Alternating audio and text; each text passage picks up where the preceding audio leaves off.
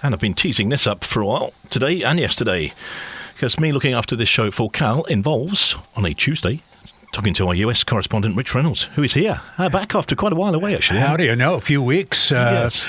Anybody who's been following the news knows that Valencia, which is where I live, was decimated by floods and mud and all sorts of nonsense. So, yeah, roads are open. I'm back on the air. Because it was the roads. I mean, you weren't particularly affected at the time. You near the city, yeah? No. It's just I couldn't get out of the city, and exactly. I would go. Last week, I tried to come down here, and I would hit a road. And the way Cal expressed it was, I got stopped by the police numerous times.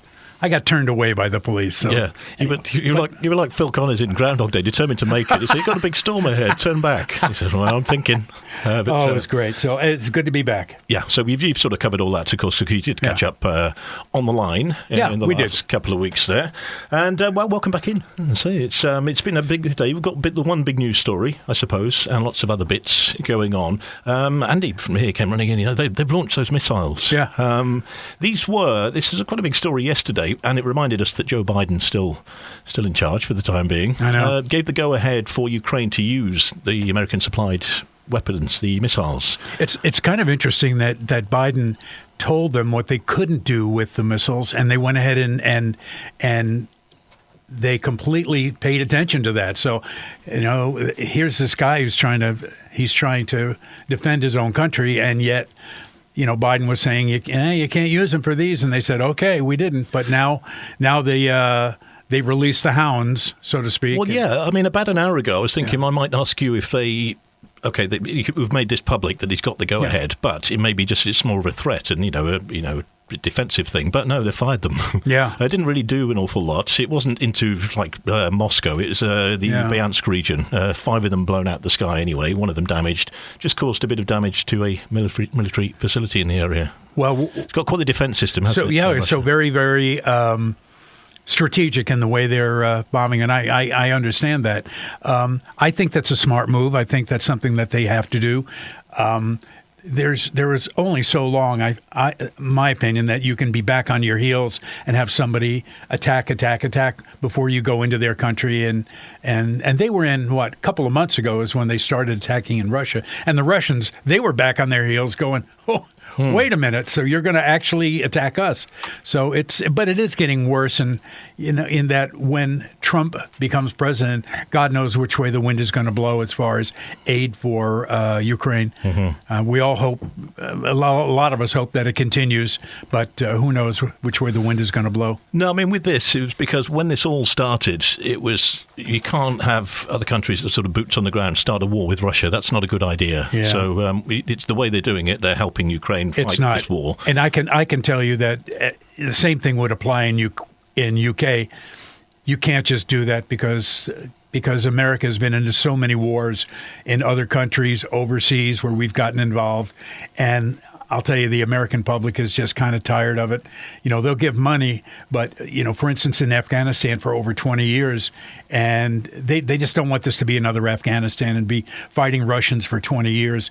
And because when you're fighting the Russians, of course, you're fighting the Koreans, you're fighting the Chinese, and then it's going to get really bad. Yeah, sure. Okay, so that's as we know. Yeah, that's in our main news today. But also, of course, Joe Biden at the G20 summit. Mm-hmm. So they're in Rio, in Brazil, and you did see that video because I was going to mention that clip of him in the jungle.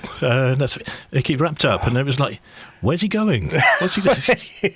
Those of you that have not seen it, Joe Biden gave a speech, a very, very brief speech at the G20 in Rio, and he looks like he was on the edge of the jungle, and he gave this very quick speech, and then immediately turned around and walked into the jungle. It was so weird, and I was watching a lot of American comedy shows that were saying, "Where are you going, Joe?" Yeah. It was like Jumanji. Yeah, it did look like a set. It didn't. I forgot that, of course, they were in Brazil, so that would be the Amazon probably itself. But it looked like he was waiting for someone to yell "cut," and so he could turn around, but he just kept walking. That was funny. Yeah, it was really funny. And from everything I've read and seen, I don't know if they accomplished a lot at the G20. I mean, you have the 20 wealthiest countries in the world all getting together, but they're all talking about climate change. But from what I'm seeing, I don't think anybody made any resolutions. Nobody, they're moving toward a plastics ban, but by the end of this year, which, by the way, is in 6 weeks. So I don't think that's going to happen. I can't think of anything better than a plastics ban. Well, bit by bit, I think they've been doing that. But overall, plastics ban, I don't know how that's going to work so quickly, as you say.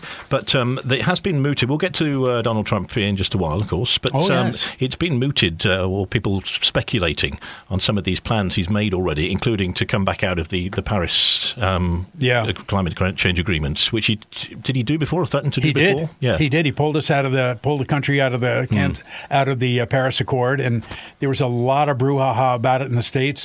Half the country was very unhappy about it, and the other half thought it was a great idea. And I think, and anybody who's plugged into this will tell you that he's probably going to do it again. That as soon as he gets into office, and I know the other members of the G20 are they're girding their loins for this. They're making sure that they're all set up within them, within their organizations, within their countries, in case he does pull out. So I would be fully prepared for it by the spring or summer of next year. Really?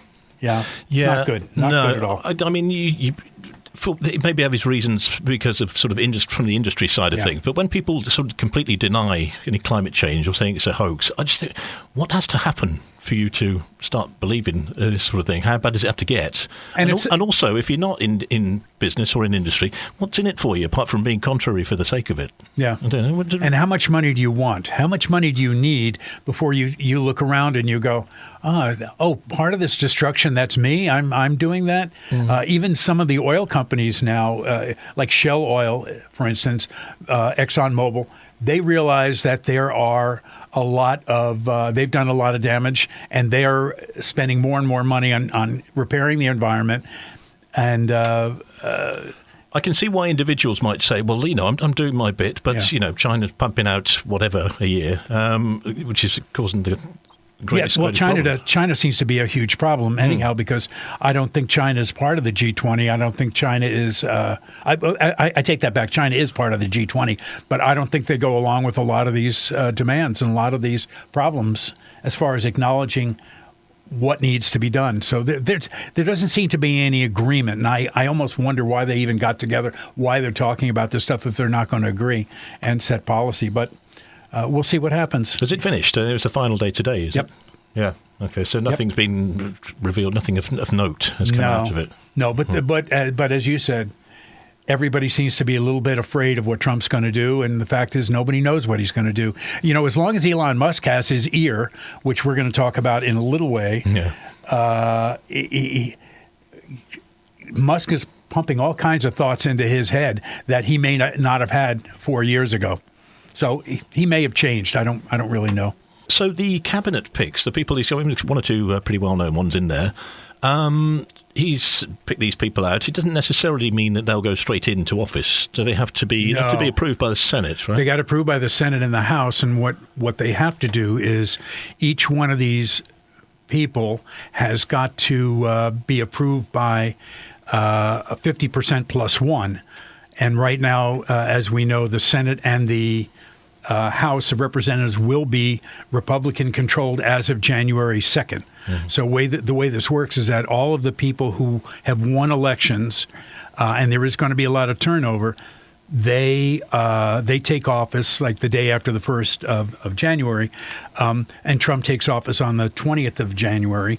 And the way this works is that then they are voting on what Trump has proposed, right?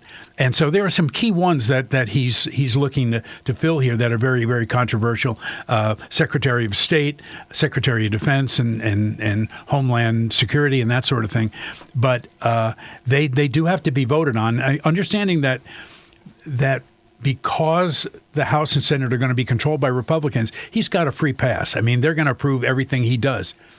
Except there are a couple that are so controversial that it's doubtful that they will pass these guys. I mean, for someone like Matt Gaetz, who is up for Attorney General, this guy has been accused of sleeping with a 17-year-old, of attending orgies, and some pretty nasty stuff for an Attorney General, or actually for anybody, but especially for somebody who's the top cop in the whole country. Sure. So, I guess he hasn't been found guilty of anything, but certainly the accusations are there. Well, that's right. That's right. There's the other guy as well. There was they saw him with some tattoos that may have been leaning towards some far-right groups. No, Pete, is it Pete Hegseth? Pete Hegseth was the host of a Fox show on mornings. That's right. And so he wasn't even good enough to be on the main show, but he was on the weekend show, and he's got a background as, I think he was a Green Beret, and he's got a background in the military, but he's very pro-military.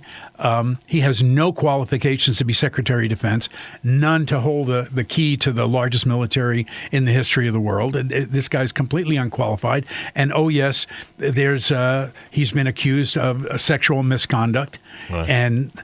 And it seems like everybody that Trump seems to be nominating has some sort of skeleton in the closet, and that's a problem with this guy. So there's a real doubt whether or not he's going to pass all the people. You know, Trump can manhandle everybody by saying, "Look, if you don't approve this guy, I'm not going to like you, and I'm not going to give your state money when it needs it, and et cetera, et cetera." So that's exactly what may happen. But there are so many people that don't like Matt Gaetz. I mean, clearly he's not qualified for his position. Robert F. Kennedy Jr. That's the big one, yeah. That's the big one. Who's just he's wangled his way into Trump's circle, and he's now Trump's pal. And he and Elon Musk are like three really good friends. But he's completely unqualified to be Secretary of Health. Completely. I mean, he's an anti-vaxxer, although sometimes he says he's not. A lot of times he says he is. He believes that vaccinations cause autism. It doesn't, or they don't. Well, that got debunked, didn't it? Yeah, it has been debunked. Yeah. So he's got a bunch of people that he's surrounding himself that he's gonna ram through, and there are real doubts whether or not some of these people are even going to make it through. See, this is where it differs because in the British Parliament, for example, they would have to be elected MPs to become a cabinet member. But not. Well, here it could be anybody. You could walk in and you could be appointed. So none of these are serving politicians. Oh, no. And the thing about Matt Gaetz is being investigated by the House of Representatives for violations and alleged rape of the 17-year-old. But that is being held by, that investigation is being conducted by the House of Representatives, not by the police. So what happened was, as soon as Trump nominated him, he resigned. So he's not a member of Congress anymore. So you can't investigate somebody who's not a member of Congress. Right. So he avoided that. He dodged that bullet. Now, what happens if he is turned down for this position, and there's a good chance that he will be turned down, what happens is that position in Florida, which was his district, is now open. So a lot of these people they've run and have been reelected in their districts, and Trump is putting them all wants to put them all in his cabinet. Now all those seats in the House are now open. Right. Okay. It's going to get really, really nasty. It's like, hey, I want to be class president. Okay, you're in, and now you're resigning. So. So quite a few sort of sharply dressed males amongst the lineup. But sharply dressed male, that's a good way to put it. Very well dressed, yeah. But there's a female there. There's a woman. What do we know about Tulsi Gabbard? Tulsi Gabbard has been accused in the past of cozying up to Putin, cozying up to Russia. She used to be a Democrat. I remember one time she got elected strangely enough, when I was celebrating a birthday in Hawaii one time. I remember that's when she was elected. So this is back a number of years ago. And she was a Democrat, suddenly decided that she was going to be very, very conservative. Mm-hmm. And so she joined the Republican Party, and now Trump has found a place, and he wants to put her in his cabinet as let's see. I can't remember the position that she's looking at right now, but she's not really that qualified. So no. I don't know much about her, but she's a bit on the shady side. You just reminded me, saying that she used to be a Democrat. If it came down to the votes, sort of where they do get a say in whether any of these go through, RFK Jr., about him coming away from the Democratic Party. Didn't go down well with the family. Oh, my God. But the family hates him. But what about the party itself? Oh, do we know? You mean where the Democratic Party is right now? With him, yeah, as far as he goes. As far as he goes, well, he's persona non grata. The Democratic Party wants nothing to do with him. And I don't think the Republican Party knows what to do with him, because he clearly is not a Republican, and he's not a Democrat. He's just a guy. It'd be like you or me sitting in that job. Yeah, he's an independent. And clearly he leans on the conservative side, and he leans on the the Republican side, but officially he does not have a party. And so it's all a matter of what he believes, and, that Trump likes him. That's really, but you don't have to be in the American government. You do not have to be a Republican or a Democrat or even hold a position. You could be the same thing with the Speaker of the House. It's the number 3 position in the U.S. government behind President, Vice President. They could put you in there. Right. It doesn't matter. You don't have to have a position in the government. It's kind of one of those weird things. Mm-hmm. And also, I don't think he's being nominated for any position in particular, but seeing a lot of Don Jr. around. Good Lord. What's his involvement? Just sort of the campaign management side of things? I don't know. Yeah, I think he's just the power behind the throne. I think he and his brother Eric are just kind of whispering in his dad's ear about what to do. It used to be Ivanka. The first time through, she was the power behind the throne.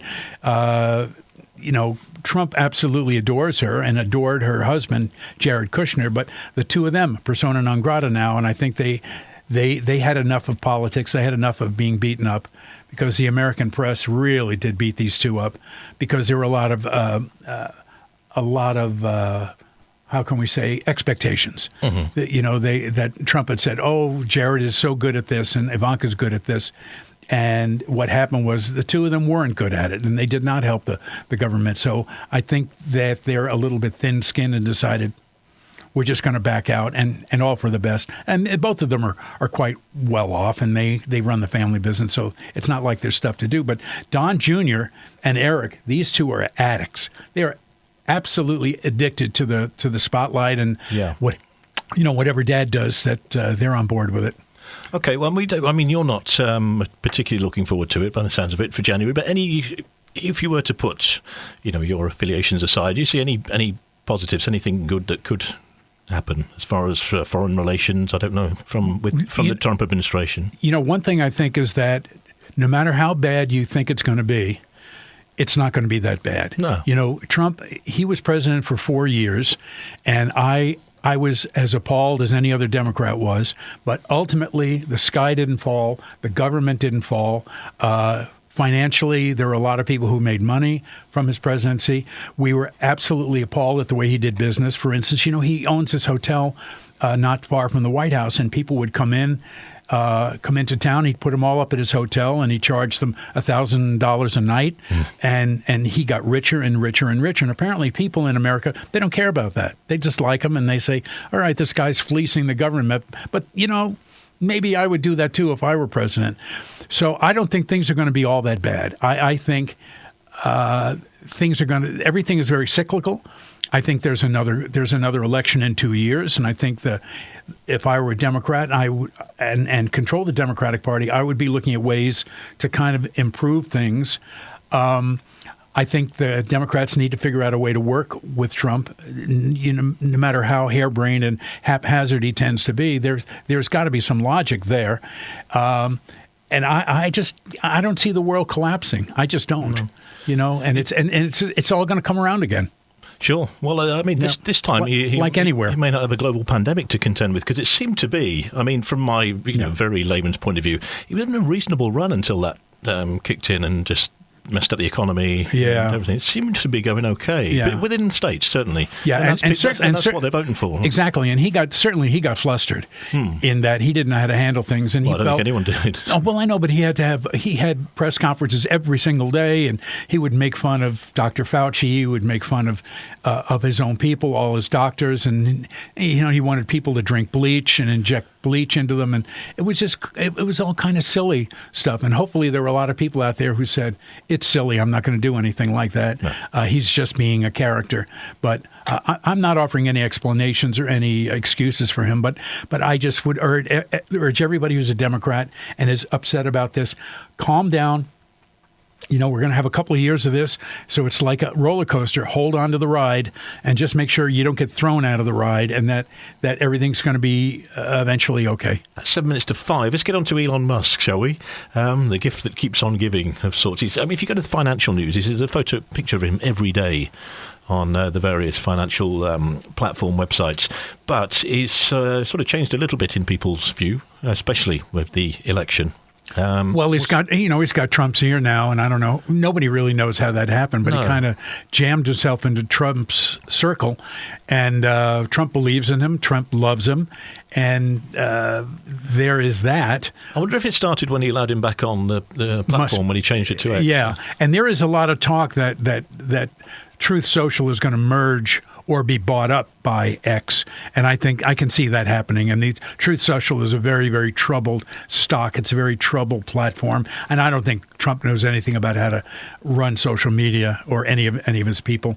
But I think that certainly Musk is somebody that needs to be watched. I think that he is any power he had as being the wealthiest man in the world, I think, is nothing compared to what he's got now, because he's got all these American contracts. He's got contracts to build rockets. He's got contracts to provide astronauts and that sort of thing. So it's going to be the world, according to Musk, for the next 4 years at least. Well, sure. I mean, unlike some of the people we may have mentioned earlier, you can't say he's an idiot. He's not qualified. No. He's he's a genius. He truly is. But there's a fine line between genius and crackpot. But is he an evil genius? That's the thing. Yeah, sure, no. But you look at SpaceX, which has been a huge success, and I'm not big on Twitter, but it sounds like he's trying to do his best to sink that ship. Yeah, I'm not sure what's going on there. It's just been the last few days or last week or so that people have been saying, right, I'm off to Blue Sky. Yeah. Which we can come to just about. I mean, I've been on Twitter, X it is now, for a long time, but just as a news feed. The worst thing you can do, I think, sometimes is click on the things that are trending, because that gets regular people's opinions and no one wants to hear those. Yeah. So what do you think about Blue Sky? I haven't really looked into it, to be fair, because I'm just so used to having X open, because you follow who you want to follow, and it comes up in your timeline, whether it's breaking news or comedians, whatever. I was reading that they have 610 million users, daily users, I guess, and Blue Sky is getting 10 to 15,000 people every 10 minutes. That's pretty good. Anybody would love that. But they had 150,000 people apparently who left after Trump was when he was elected. And so we'll see where this goes. I can't see Twitter or X going away anytime soon. No. But if they continue to lose people, it's all about money. And if this thing goes down and people keep gravitating toward Blue Sky. So I don't know. I've never been on Blue Sky, so I don't really. I must admit, I haven't, and I didn't. I should have sort of looked it up a little bit before I spoke to you. And there's also Threads. I'm on Threads because I'm on Instagram. My daughter's on Instagram, so I kind of follow what she's doing, and Facebook. But Threads is, of course, on the Meta platform. Yes, and so so I follow a lot of stuff that's happening on that. That Thread seems to be a whole lot of nothing. It seems to be a whole lot of just photos, just like Instagram, and it's not really exciting to me. But I'm not interested in posting what I think to anybody out there. My opinion doesn't really matter. Well, that was the thing on X. I never post anything. It's just for me to take and steal stuff from, basically. When I was on air, it was, you could get a load of stuff off there. Some of the big writers, comedy writers, and all that sort of thing. Yeah, you learn stuff, and a lot of it is amusing. And I fully admit to enjoying an occasional cat video. Well, yes, yeah. No, well, that's on Instagram. I was telling my wife I was watching a video of a monkey and a chicken sharing a watermelon the other day. I couldn't get enough of it. It's almost like that was what the internet was designed for. It was just waiting for Instagram to happen. I know. But that's. I mean, people say you're a little bit slow to get that thing finished. It's because I was watching I was watching capybara is a tremendous value. Oh, yeah? The most chill animal on the planet. There's plenty of cappy videos on Instagram, yeah. I just, as far as Blue Sky is concerned, I probably am going to become a member just to see what all the hubbub is about and just kind of follow what's going on. Because if you can get a couple of good ideas and get a couple of good stories off that's what we're all about on the show.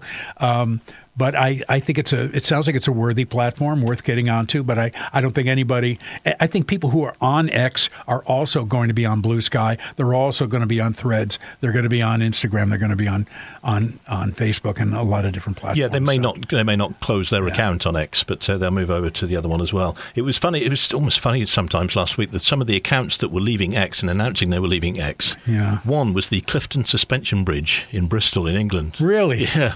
The account for that keeps updates, I suppose, whether the bridge is closing, whatever. But yeah, they famously they said we're off to Blue Sky. Why do you think? Don't know. They could do both. Well, they're probably still open on there, but I don't know. Maybe it's just the way it was going. People leaving in their droves. I have a very good friend from back in Oregon who just posted about an hour ago, I'm off to Blue Sky. I'm going to go do that. And I thought, okay.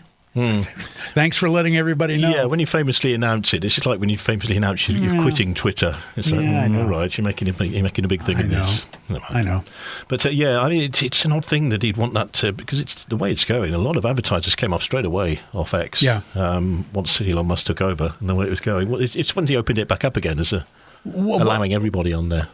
For me, I look at the advertisers who left, and I can't even. And I looked at the names of the businesses, and I said, well, that's good that they did this. That's good that they did that.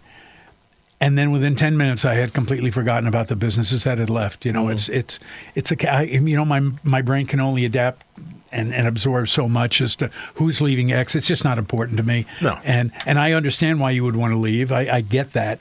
But it's for me personally, it's just not important. No, you don't have to get involved either. No. Try not to. No, we're all voyeurs anyway. We're all watching what everybody else. Yeah. We're watching everybody else's cat, everybody's dog. See, that's fine. Everybody's chicken eating watermelon, Yeah, sure. Just don't read the lower half of the internet on YouTube and the like. Yeah. Keep away from the comments. That's true. Yeah, someone else has something to say.